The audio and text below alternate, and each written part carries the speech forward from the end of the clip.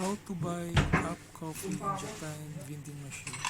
First step is insert your coin, and then you have the option to adjust the level of your cream, coffee or sugar, and then select your type of coffee, and then get your change,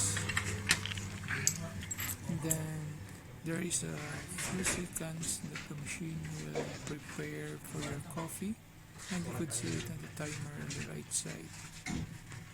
Once the timer reaches 0, you can get your coffee.